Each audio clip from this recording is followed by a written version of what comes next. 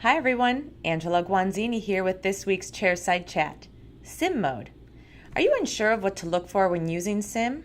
Well then this is the Chairside Chat for you. Watch, listen and learn how to use this beneficial tool. So this week's objectives, I'll be covering how to identify overmilling. So what you're looking for in Sim mode. And once you're actually in the simulation mode, the order of operations that you should be taking step by step so that you can identify internal hangups. The difference between standard and detailed milling modes, going over the conical and the ellipsoidal tool, and then how to utilize the spacer tool. So taking a look at this picture, when you're seeing a lot of swirls in Sim mode underneath your restoration, so in the intaglio surface of your restoration, this could identify potential hangups within your restoration and your preparation. And that's because if you look at the ellipsoidal tip of the mill tool, okay, it's 1.5 millimeters in diameter, or 1.6, pardon me, and it's really having to work hard to make up for some compromised areas of your preparation, so maybe sharp angles. This is what it looks like when sliced in simulation mode. So sliced from that buccal to lingual perspective, and you can see on this preparation the point and then the overmilled area from the ellipsoidal tool. The shapes are identical. So in this particular case, it's more of a mountain peak instead of a nice rolling hill, and so the milling unit had to make up for that compromised area of the preparation. Here's another example of more of a mountain peak. So we want nice rounded internal line angles. And look at the shape again, identical because the ellipsoidal is the standard milling mode that we use for that full coverage crown. Now running a detailed simulation mode, look how all of those swirls are gone. All of the swirls, when you're looking at your restoration from the gingival perspective in simulation mode, they have gone away. And the reason they're gone is because we've done a detailed simulation mode, meaning if we were to have milled this in detailed mode using the conical tool, because the conical tool is 0.9 millimeters in diameter, it is able to access and reach those points that the ellipsoidal tool could not get to in those more mountain peak areas of the preparation. However, this is not a cure-all, and you'll see why. So here we have another standard simulation. So standard milling mode using the ellipsoidal tool, and you can see we've got wonderful mountain peaks and valleys instead of those rounded internal line angles and the rounded rolling hills that we're looking for. So what we're going to do is we're going to try milling it or doing a detailed simulation mode. So here's the detailed sim mode using the conical tool, and if you look really closely, we actually have an internal occlusal hangup. So even though we milled it in detailed mode, we've got a more intimate fit. However, because of the lack of reduction, the internal occlusal hangup is not going to allow us to seat it flush at that margin. The next thing that we're looking at is the margin ramp hangup. So where the red arrow is, you can see that the restoration and the preparation are overlapping. When you see these white lines overlapping down at that margin ramp, now this is sliced from the buccal to the lingual, this is indicating that the restoration is going to be hung up on the margin. So it's not going to seat flush.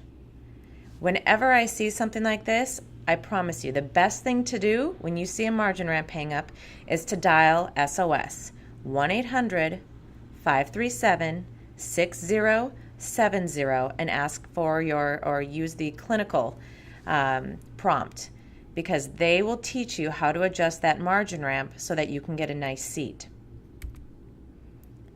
So we're going to go to the software here. Everything that I just talked about, I'm going to now show you in the software. When we are in the mill tab, the first thing we're always going to do is make sure that we've got an ideal sprue placement. So away from the margin and away from the interproximal contact is ideal. We've selected our block size, C14, and now we're going to run a simulation mode. In standard, because this is a full coverage crown, We generally are going to run our full coverage crowns in standard mode using that ellipsoidal tool.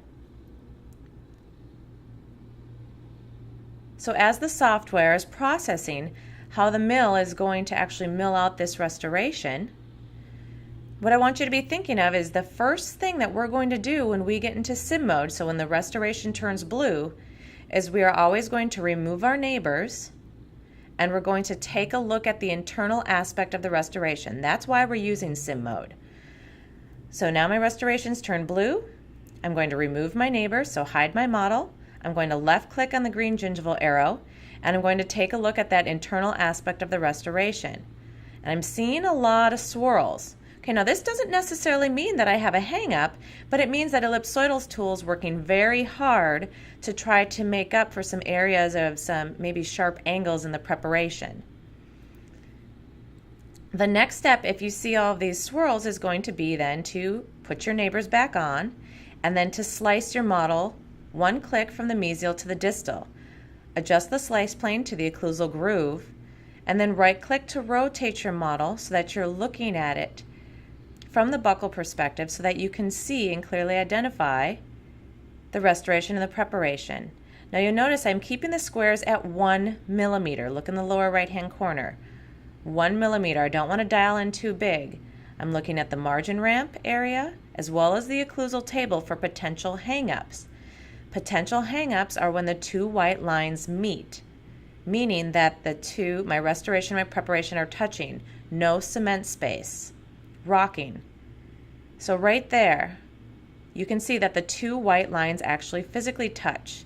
Down at the margin ramp, we're looking good. It will touch down at the margin ramp, but it should not overlap. Let's slice it one more time from this buccal perspective and just double check another area.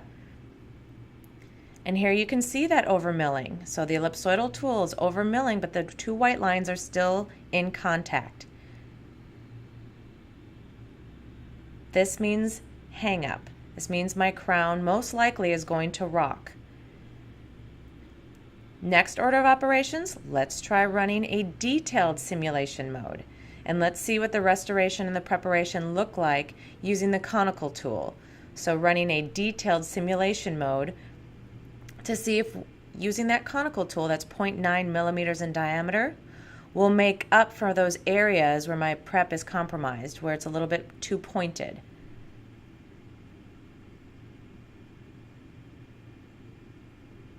After I've clicked on detailed mode, I'm going to go through that same series of operations. I'm going to remove my neighbors, click on the green gingival arrow, look at my restoration from the intaglio surface, so the internal aspect, and I'm looking for those swirls to see, should I look further for potential hang-ups. So I'm always going to look at the restoration and then slice my restoration using slice plane. So here we go. Remove our neighbors, hide model, click on the green gingival arrow, and now look at the swirls. The swirls are very minimal, hardly any, just a little bit there on the buccal. I'm going to put my neighbors back on and use my slice plane. Mesial to distal, right into that occlusal groove, scroll in to 1 millimeter, so 1 millimeter squares, and now I'm looking for a nice, even, consistent space between my restoration and my preparation. Slicing it from the buccal view, you can see now that I do not have that same overmilling that I did before on that buccal cusp area of the preparation. Slicing it a second time from the buccal view. And now as I scroll in, the white lines still look fairly close. Like I could still have that potential hang up. It definitely looks like a more intimate fit.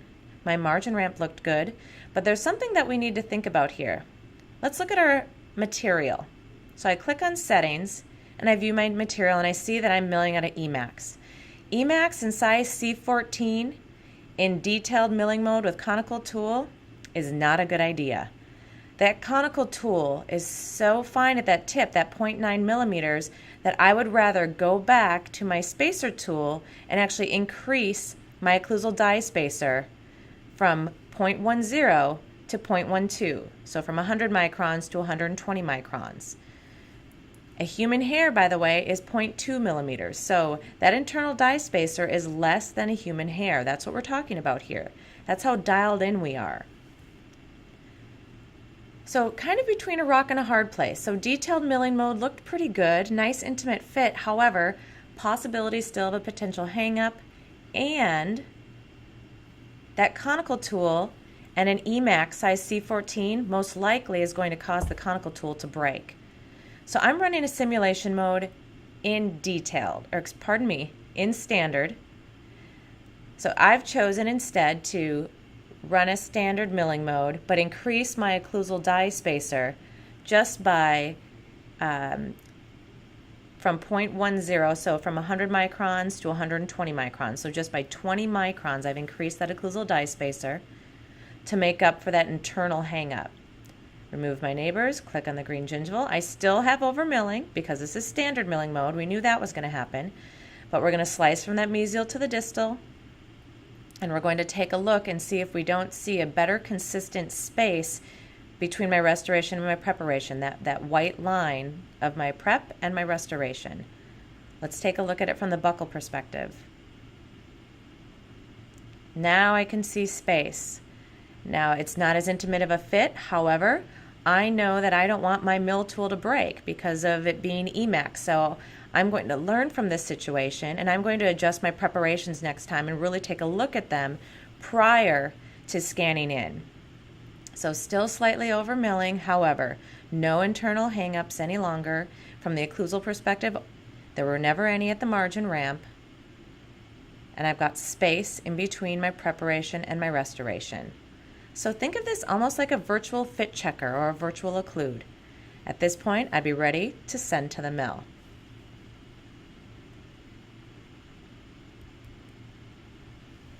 So now, does simulation mode make a little bit more sense to you? I hope so.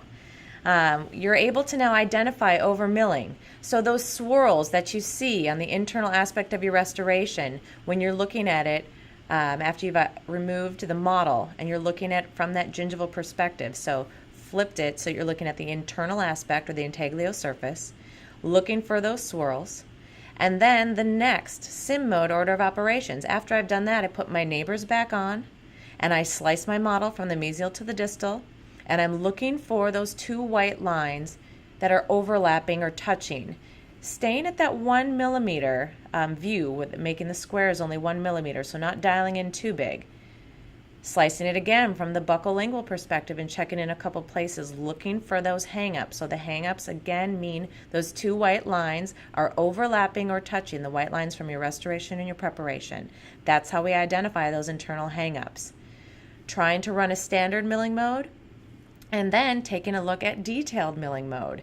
Run both sims. Detailed milling mode is going to give you a more intimate fit if you've got a compromised area of a preparation. However, we kind of have to pick the best of the worst sometimes. If we've got a compromised prep and I can fit it into a size I-12 Emax, I could potentially then run it in detailed.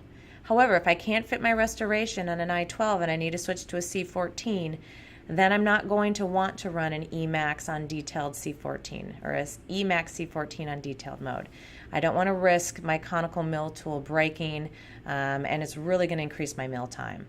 So in that instance, I would choose to learn from my mistakes, make sure my preparation's better next time, and I'm going to go back and use that spacer tool, increase my occlusal dye spacer minimally, just by about 20 microns, and then rerun a simulation mode in standard to ensure that I do not have any hangups any longer. So thank you for watching, listening, and learning. Love to hear back from you. We've got great ideas coming in, so screw retained implants, restorations under a partial, all that good stuff. So thanks for your ideas. Keep bringing them. If you have ideas, send them to Diane Mazzarella, the head of our education department, at dmazzarella@e4d.com. And always feel free to call our corporate number, 972-234-3880, and ask for anybody in our education department with clinical questions. Have a wonderful day, and until next week, happy scanning.